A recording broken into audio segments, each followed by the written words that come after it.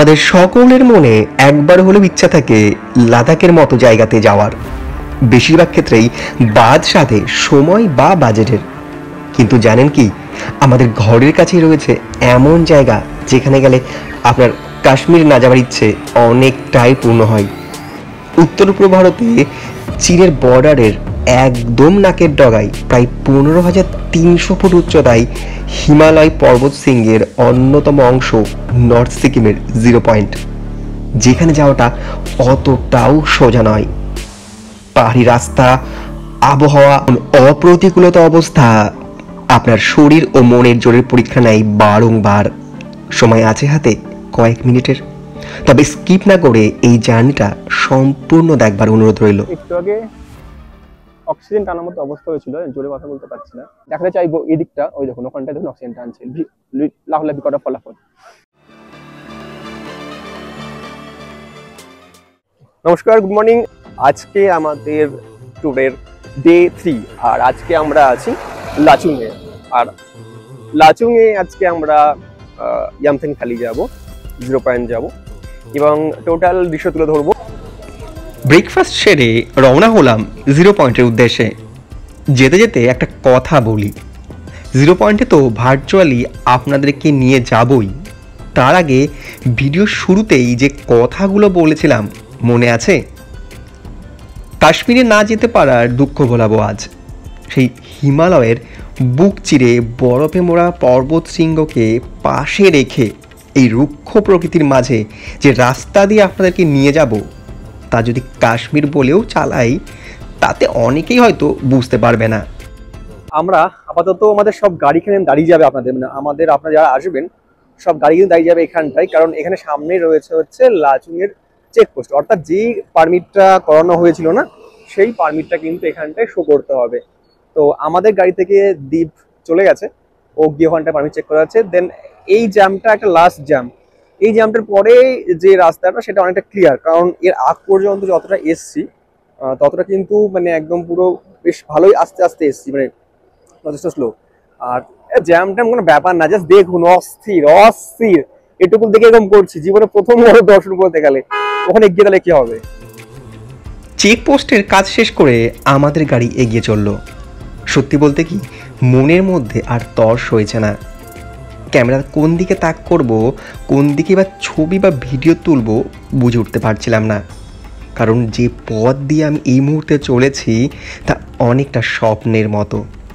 দুর্ভাগ্যবশত গাড়ির যে স্থানে আমি নিজের অজান্তে বসেছি সেটা মোটেও সঠিক স্থান ছিল না ছবি বা ভিডিও নেওয়ার জন্য।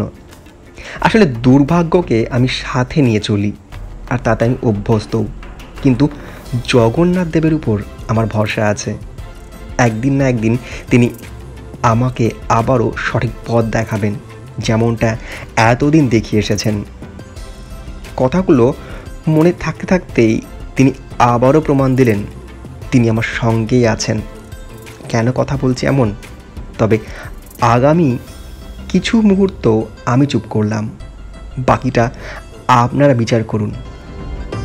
कुछ एहसास कुछ लम्हे, कुछ बादल कुछ बारिशें, कुछ चाशनी से जज्बात, कुछ तीखे पुराने स्वाद।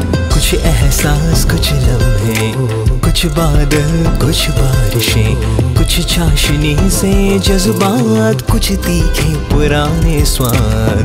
कहीं करवटे कहीं नींदे, कुछ नई सी आदतें, कुछ ख्वाब अधूरे कुछ रेत सी यादें, कुछ एहसास कुछ लम्हे, कुछ बादल कई बारिशें, कुछ इंतजारों का खुमार। আমরা এই মুহূর্তে আছি ইয়ামথাং ভ্যালিতে, আর আমার পেছনে ইয়ামথাং ভ্যালি। কিন্তু আমরা প্রথমে ইয়ামথাং ভ্যালিতে ঢুকবো না, আমরা প্রথমে 0 পয়েন্ট যাব, তারপর আসবো ইয়ামথাং ভ্যালিতে। ইয়ামথাং ভ্যালি থেকে ফ্রেশ হয়ে আমরা আবারও রওনা হলাম 0 পয়েন্টের উদ্দেশ্যে। আমরা একবার জেনে নিই আমাদের টিমের অবস্থা কি। অবস্থা কেমন শরীর? আমি একদম ফিট, কোনো রকম কোনো প্রবলেম নেই।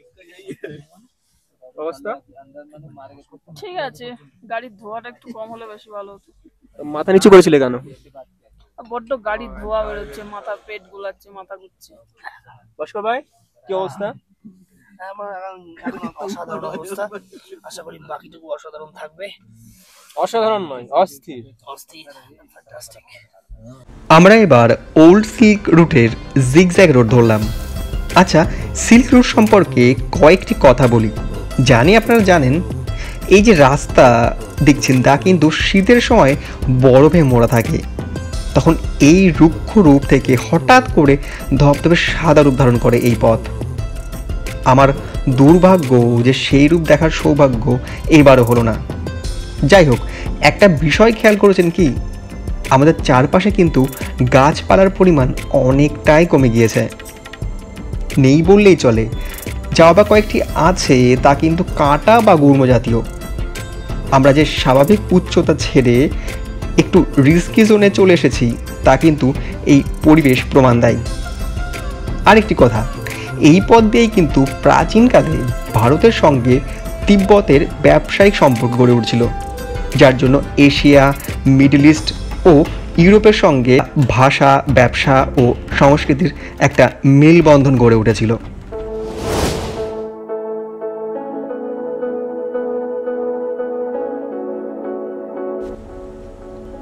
অবশেষে ইয়ামথাং ভ্যালি থেকে ঘন্টা দেড়েক জার্নি করে পৌঁছালাম জিরো পয়েন্টে। একবারও কি মনে প্রশ্ন জেগেছে এই স্থানকে জিরো পয়েন্ট কেন বলে? আসলে সমুদ্রপৃষ্ঠ থেকে প্রায় 15,300 ফুট উঁচুতে অবস্থিত এই স্থান স্বাভাবিকভাবেই অক্সিজেনের ঘাটতি রয়েছে, তাই প্রাণীদের বসবাসের যোগ্য নয়। এই কারণে দূর দূরান্তে কোথাও কোনো জনবসতি যোগে পড়বে না আর্মি ক্যাম্প ছাড়া। তাই ভারত ও চীন সীমান্তের এই স্থানকে জিরো পয়েন্ট বলে। ওই যে দূরে একটু একটু বরফে মোড়া পর্বত দেখছেন, শীতকালে কিন্তু এর রূপ পুরোটাই অন্যরকম, সাদা বরফে মোড়া থাকে। যদি অবস্থা বেশি খারাপ হয় তবে কিন্তু এই স্থান পর্যন্ত আসতে দেয় না। একটু আগে অক্সিজেন টানার মতো অবস্থা হয়েছিল, জোরে কথা বলতে পারছি না, সংক্ষেপে বলি, চেষ্টা করব। আমি খুব বেশি ভিডিও করতে পারিনি, কারণ আমাদের টিমের 5 জনের মধ্যে 2 জনের অবস্থা খারাপ ছিল। আমি ওই যে খুব বেশি একটা ফিট তা নই, একটু মানে ওদের সামলাতে গিয়ে প্লাস নিজে টেনশন করে। যাই হোক, এখানটাই প্রথম কি আছে না আছে ভিউ পরের কথা। এখানে এসে অবশ্যই অবশ্যই অবশ্যই অক্সিজেন ইনহেলার, হাইটের কোনো সমস্যা হলে সেই মেডিসিন, এবং আপনার যদি কোনো মেডিসিন চলে সেই মেডিসিন 100 বার ক্যারি করবেন, 1000 বার। দ্বিতীয় কথা, এখানে এসে টেনশন করবেন না, বেশি এক্সাইটেড হয়ে যাবেন না, রাগারাগি করবেন না, লাফালাফি করবেন না। অনেকেই করছে, সবার হাতে একটা করে অক্সিজেন। এখানে এসে আমরা একটা অক্সিজেন কিনেছি, আমার ওয়াইফের প্রবলেম হয়ে গেছিল, দেন আমরা এই অক্সিজেনটা এখানকার একজন গভর্নমেন্টের স্টাফ দেখলাম, জানি না উনিকে, 600 টাকাতে এটা কেনা হলো। দেখাতে চাইবো এই দিকটা, ওই দেখুন ওখানটায় দেখুন অক্সিজেনটা আনছে, লাফলাফি করা ফলাফল। হ্যাঁ, তো অক্টোবর থেকে মার্চ এই সময়টা বরফ থাকে, বাকি সময়টা বরফ থাকে না। আমরা মে মাসে আছি, এতটা পর্যন্ত আসা সম্ভব হয় না, ফুল বরফ থাকে, অনেকটা আগে নামিয়ে দেওয়া হয়। ওই টাইমটা এলে আপনাদের অনেকটা নিচে নামিয়ে দেওয়া হবে, দেন আপনারা ওইখান থেকে যা দেখার দেখবেন, এখান থেকে কিছু দেখতে পারবেন না। আর যদি কিছু মিস করে যাই, অনেক কিছু মিস করে যাব, সেগুলো প্রশ্ন করলে আমি অবশ্যই কমেন্টে উত্তর দেওয়ার চেষ্টা করব। ভিডিওটা এখনো শেষ হয়নি, আর কন্টিনিউ হবে। আমরা এবার ইয়ামথাং ভ্যালিতে যাবো। আর এখানে কিন্তু প্রচন্ড ঠান্ডা, অবশ্যই কিন্তু এখানটায় ভারী পোশাক ক্যারি করবেন। আমার এটা 1 লেয়ার, নিচে আমার 2 লেয়ার আছে, এটা 1 লেয়ার। এটাতে আর নিচে একটা কিছু হলে ভালো হতো। এখানে এদিকে ধরলে আমি পুরো কাঁপছি, আমি জানি ঘুরে আছে এই দিকটাতে। গ্লাভস সমস্ত কিছু ক্যারি করবেন। নিচের দিকটা অতটা ঠান্ডা নেই, কিন্তু ওপরে কিন্তু ঠান্ডা আছে।